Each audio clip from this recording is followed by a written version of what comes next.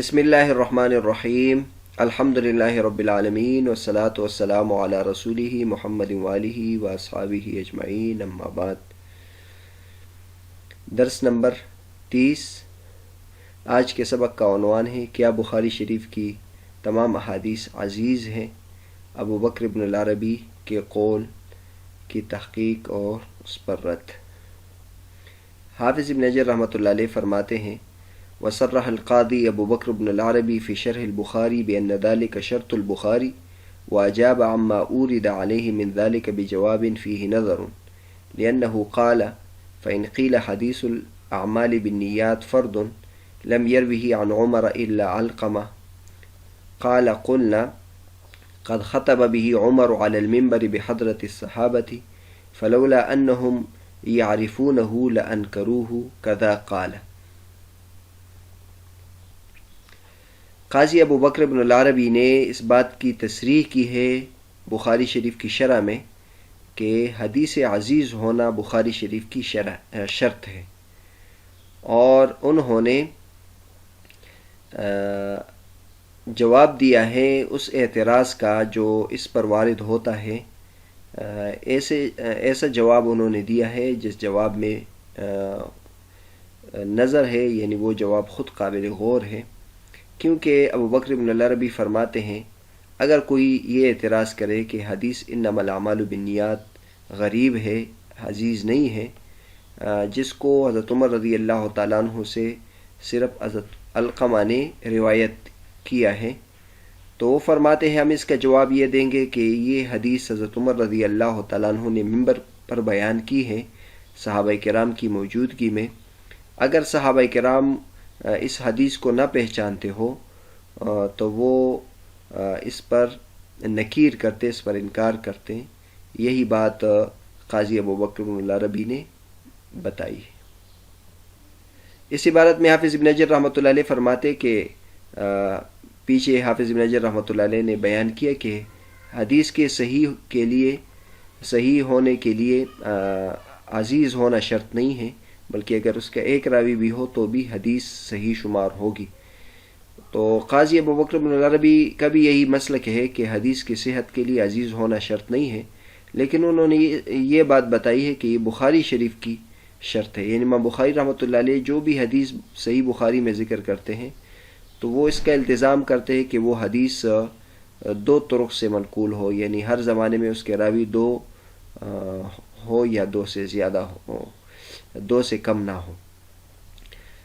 تو یہ بہت بڑا دعویٰ ہے۔ قاضی ابو بکر بن العربی پر پھر اعتراض ہوتا ہے کہ بخاری شریف میں کئی حدیث غریب ہے، اور سب سے پہلی جو حدیث ہے حدیث انما الاعمال بالنیات، یہ بھی غریب حدیث ہے، کیونکہ یہ نبی کریم صلی اللہ علیہ وسلم سے صرف حضرت عمر رضی اللہ تعالیٰ عنہ نے نقل کی ہے۔ تو انہوں نے اس کے جواب کے لیے بہت تکلف سے کام لیا ہے، اور انہوں نے اس کا جواب یہ دیا ہے۔ حافظ ابن حجر رحمۃ اللہ فرماتے ہیں ان کا جو جواب ہے وہ خود قابل غور ہے۔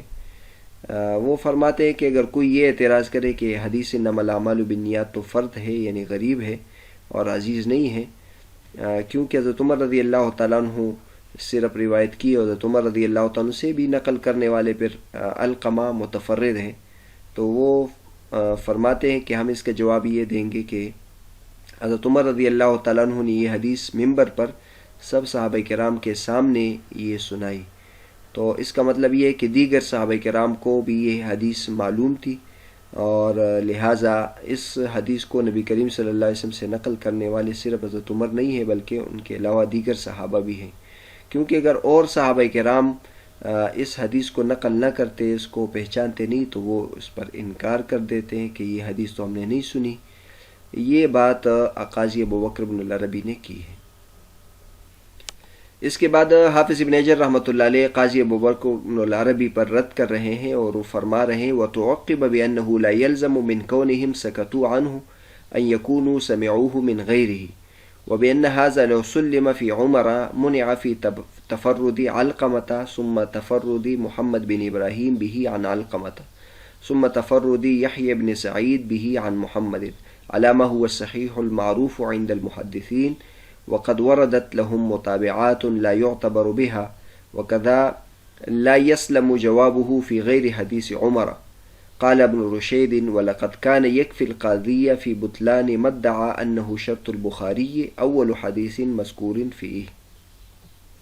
حافظ ابن حجر رحمۃ اللہ فرماتے ہیں کہ قاضی ابو بکر بن العربی پر اعتراض ہوتا ہے کہ صحابہ کرام کے اس خاموش ہونے سے یہ لازم نہیں آتا کہ انہوں نے یہ حدیث حضرت عمر رضی اللہ تعالیٰ عنہ کے علاوہ کسی اور سے بھی سنی ہوگی، اور اگر اس بات کو تسلیم بھی کرے حضرت عمر رضی اللہ تعالیٰ عنہ کے معاملے میں کہ حضرت عمر رضی اللہ تعالیٰ عنہ کے ساتھ اور لوگوں نے بھی یہ سنی ہے، تو پھر اس کو ہم تسلیم نہیں کرتے حضرت علقمہ کے تفرد میں، یعنی حضرت عمر رضی اللہ عنہ سے نقل کرنے والے پھر حضرت علقمہ متفرد ہیں، اس میں ہم اس بات کو تسلیم نہیں کرتے کہ وہاں بھی نقل کرنے والے دو ہیں۔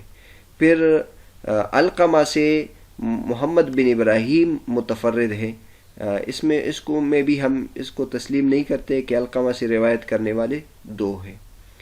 پھر محمد بن ابراہیم سے نقل کرنے والے یحییٰ بن سعید متفرد ہے، اس میں بھی ہم عزیز ہونے کو نہیں مانتے بلکہ اس میں تفرد ثابت ہے، اور یہ تشریح اس صحیح طریق کے مطابق ہے جو ان محدثین کے ہاں معروف ہے، ورنہ اس حدیث کے بعض متابعات وارد ہیں جن کا اعتبار نہیں کیا جاتا، ان متابعات کی وجہ سے یہ ثابت کیا جا سکتے کہ یہ حدیث ہر طبقے میں عزیز ہے، لیکن وہ متابعات درست نہیں ہیں۔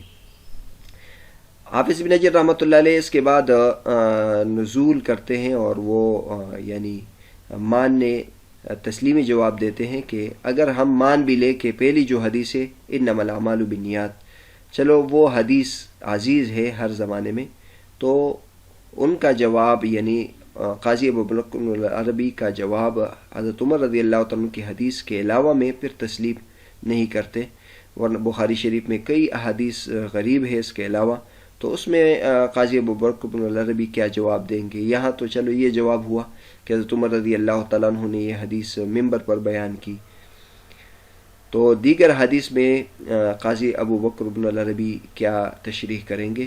تو ان کا جو جواب ہے وہ تسلیم نہیں ہے حضرت عمر رضی اللہ عنہ کے حدیث کے علاوہ میں۔ حافظ ابن حجر رحمۃ اللہ علیہ اپنی اس بات کے لیے قاضی ابن رشید کا حوالہ دیتے ہیں۔ علامہ ابن رشید فرماتے ہیں کہ قاضی کے دعویٰ کے باطل ہونے کے لیے یہ بات کافی ہے کہ جو پہلی حدیث بخاری شریف میں ہے وہ غریب ہے، اور قاضی ابو بکر بن العربی نے یہ دعویٰ کیا کہ یہ بخاری شریف کی شرط ہے، تو اس کے بطلان کے لیے اور اس کے غلط ہونے کے لیے جو پہلی حدیث ہے وہ بھی کافی ہے، کیونکہ پہلی حدیث غریب ہے۔ یہاں تک تو عبارت اور اس کی مختصر تشریح ہو گئی، تو بہرحال اس عبارت میں چند مباحث حافظ ابن حجر رحمۃ اللہ نے ذکر کی ہے۔ نمبر ایک تو کیا بخاری شریف کی تمام حدیث عزیز ہیں؟ تو بخاری شریف کی تمام حدیث عزیز نہیں ہے۔ امام بخاری رحمۃ اللہ علیہ نے اپنی صحیح کے لیے یہ شرط تو لگائی ہے کہ وہ جو حدیث ذکر کریں گے وہ صحیح ذکر کریں گے، لیکن امام بخاری رحمۃ اللہ علیہ نے اپنی کتاب میں حدیث درج کرنے کے لیے یہ شرط نہیں لگائی کہ اس کے جو راوی ہوں گے وہ ہر زمانے میں 2 سے کم نہیں ہوں گے۔ اس سے پہلے ہم نے بیان کیا حدیث عزیز نادر الوجود ہے، وہ اس کی جو مثال ہے وہ پورے حدیث کے مجموعے میں کم ہے، چاہے جائے کہ بخاری شریف کی تمام حدیث صحیح ہو، بخاری شریف کی اپنی حدیث 4-5 ہزار ہیں، تو اگر یہ بات ہوتی کہ اس کے تمام حدیث صحیح عزیز ہوتی تو یہ تو بہت مشہور اور بہت یعنی عام بات ہوتی، لیکن یہ بات نہیں ہے۔ بخاری شریف میں جو حدیث ہے وہ عزیز نہیں ہے، صحیح ہے لیکن عزیز نہیں ہے، اور صحیح ہونے کے لیے عزیز ہونا شرط نہیں ہے۔ لیکن قاضی ابو بکر بن العربی نے یہ بات کی ہے کہ بخاری شریف کی تمام حدیث وہ عزیز ہیں، اور بخاری شریف کی انہوں نے شرح لکھی ہے، اس میں انہوں نے بات بیان کی ہے، تو یہ بات قاضی ابو بکر بن العربی سے بعید معلوم ہوتی ہے، لیکن بہرحال انہوں نے یہ بات کی ہے، اس لیے حافظ ابن حجر رحمۃ اللہ علیہ یہاں اس پر رد کر رہے ہیں۔ یہاں ایک بات بار بار سامنے آئی ہے، وہ شرط کا لفظ آیا ہے، شرط البخاری. تو یہ شرط البخاری کا کیا مطلب ہے؟ تو یہ بھی اصول حدیث کی ایک اصطلاح ہے. شرط کا مطلب یہ ہوتا ہے کہ کوئی بھی محدث جب حدیث کی کتاب لکھتا ہے تو وہ اس میں اپنے لیے کوئی منہج، کوئی طریقہ اور کوئی شرط مقرر کرتے ہیں کہ میں اس میں کیا کیا، کن کن باتوں کا خیال رکھوں گا. اس کے لیے جدید زمانے میں منہج کا لفظ استعمال ہوتا ہے، لیکن متقدمین کے ہاں اس کے لیے شرط کا لفظ استعمال ہوتا ہے. خاص طور پر محدثین کے ہاں اس میں شرط کا لفظ ہوتا ہے. یہ لفظ پھر محدثین میں اس قدر مشہور ہو گیا کہ اس موضوع پر بعد کے محدثین نے کتابیں لکھی ہے، جیسے شروط الائمہ ستہ. اس میں سیاہ ستہ کے مصنفین کی اپنی کتابوں میں جو شرائط ہے اس کے بارے میں بحث کی ہے. اسی طرح شروط الائمہ خمسہ ہے، ائمہ خمسہ کی کتابوں میں جو شروط ہیں. تو بخاری شریف اور سیاہ ستہ کے ائمہ نے اپنی کتابوں میں کیا شرائط لگائی ہیں، تو اس میں کوئی شک نہیں کہ انہوں نے اپنے لیے کچھ شرائط تو وضع کیے ہیں، لیکن بعض حضرات نے ان کی طرف ایسی بھی شرائط منسوب کی ہے جن کی حقیقت نہیں ہے. جیسے قاضی ابوبکر بن العربی نے بخاری شریف کے بارے میں یہ شرط لگائی ہے کہ وہ صحیح صرف عزیز حدیث ذکر کرتے ہیں، حالانکہ یہ بات درست نہیں ہے. تیسرے نمبر پر یہاں ہم قاضی ابوبکر بن العربی کے حالات بیان کرتے ہیں. علامہ نور الدین عطر رحمۃ اللہ علیہ نے ان کے حالات نیچے لکھے ہیں حاشیے میں. محمد بن عبداللہ بن محمد الاشبیلی ابوبکر بن العربی القاضی، 468 ان کی پیدائش ہیں. مشرق انہوں نے سفر کیا. وکان بحرن فی العلم، علم کے سمندر تھے. ثاقب الذہن، تیز ذہن والے تھے. کریم الشمائل، خوبصورت اخلاق والے تھے. ولی قضاء اشبیلیہ کی قضاء ان کے سپرد ہوئی تھی اور بہت اچھی سیاست کی تھی. واشتد علی الظلمۃ وکادوا یبطشون بہ، جو ظالم لوگ تھے ان کے خلاف یہ سخت تھے اور بہت قریب تک کہ اس کے ذریعے سے ان کو تکلیف پہنچتی. ثم عزل، پھر یہ معزول کیے گئے. فلزم التصنیف و تدریس، تو پھر تصنیف و تدریس میں مشغول ہو گئے. وکان ممن بلغ رتبۃ الاجتہاد، وکان ممن بلغ درجۃ الاجتہاد، یہ اجتہاد کے مقام تک پہنچے تھے. 543 ان کی وفات ہے. ان کی کتابوں میں العواصم من القواسم ہے جو چھپی ہے، یہ عقائد کے موضوع پر ہے. ترمذی شریف کی شرح انہوں نے لکھی ہے، بہت عمدہ شرح ہے. عارضۃ الاحوذی، شرح الترمذی، اور ایک ان کی کتاب احکام القرآن. یہ تینوں کتابیں ان کی چھپی ہے. ایک بخاری شریف کی شرح ہے، وہ بھی چھپی ہے. یہاں ایک تنبیہ یہ کرنی ہے کہ ایک دو شخصیات مشہور ہے، ایک قاضی ابن العربی اور ایک ابن عربی. یہ دو الگ الگ شخصیات. ایک ابن العربی ہیں، وہ قاضی ابوبکر ابن العربی ہے جو محدث ہے اور اجتہاد کے مقام تک پہنچے تھے، اور یہ ان کی کتابیں، ان کا تعارف گزر چکا. ایک ابن عربی ہے، صوفی عالم ہے، بہت مشہور ہے ابن عربی، جن پر بہت زیادہ نقد بھی ہوا ہے اور ان کے کافر ہونے کے بارے میں بھی بعض کتاب لکھی گئی ہے. تو ان دونوں میں بعض حضرات نے فرق کرنے کے لیے یہ بات بیان کی ہے کہ ابن العربی اگر الف لام کے ساتھ استعمال ہو تو اس سے قاضی ابوبکر بن العربی مراد ہوتے ہیں، اور ابن عربی بغیر الف لام کے استعمال ہو تو یہ اس سے مراد وہ صوفی عالم ہوتے ہیں. تو یہ بات جیسے ابھی تدریب الراوی چھپی ہے اس کے حاشیے میں بھی یہ بات ہے، لیکن یہ بات حقیقت میں درست نہیں ہے. دونوں کو ابن العربی بھی کہتے ہیں اور دونوں کو ابن عربی بھی کہہ دیتے ہیں، لہٰذا یہ فرق درست نہیں ہے. ان دونوں میں اس طرح فرق کیا جائے گا کہ حوالے کو دیکھا جائے گا. اگر حوالہ علمی چیز میں ہو اور علمی تذکرہ ہو تو اس سے قاضی ابوبکر بن العربی مراد ہوں گے، اور اگر تصوف کے کسی موضوع کی بحث ہو تو اس سے جو صوفی عالم ہے وہ مراد ہوں گے. یہ حافظ ابن حجر رحمۃ اللہ علیہ نے علامہ ابن رشید کا حوالہ دیا ہے. ان کی یہ جو بات ہے یہ ان کی کتاب ترجمان التراجم بخاری شریف کے ابواب سے متعلق ہے، اس میں انہوں نے یہ بات کی ہے. ان کے حالات بھی حاشیے میں لکھے ہیں، آپ اگر دیکھ لیں ابن رشید کا نام محمد ابن عمر ابن محمد ابو عبداللہ ابن رشید ہے، یہ را کے ضمہ کے ساتھ ہے۔ عام طور پر اس قسم کے جو نام ہیں یہ را کے فتح کے ساتھ رشید لفظ استعمال ہوتا ہے، لیکن یہاں رشید ہے۔ ولادت 657 ہجری ہے، وفات 721 ہجری ہے۔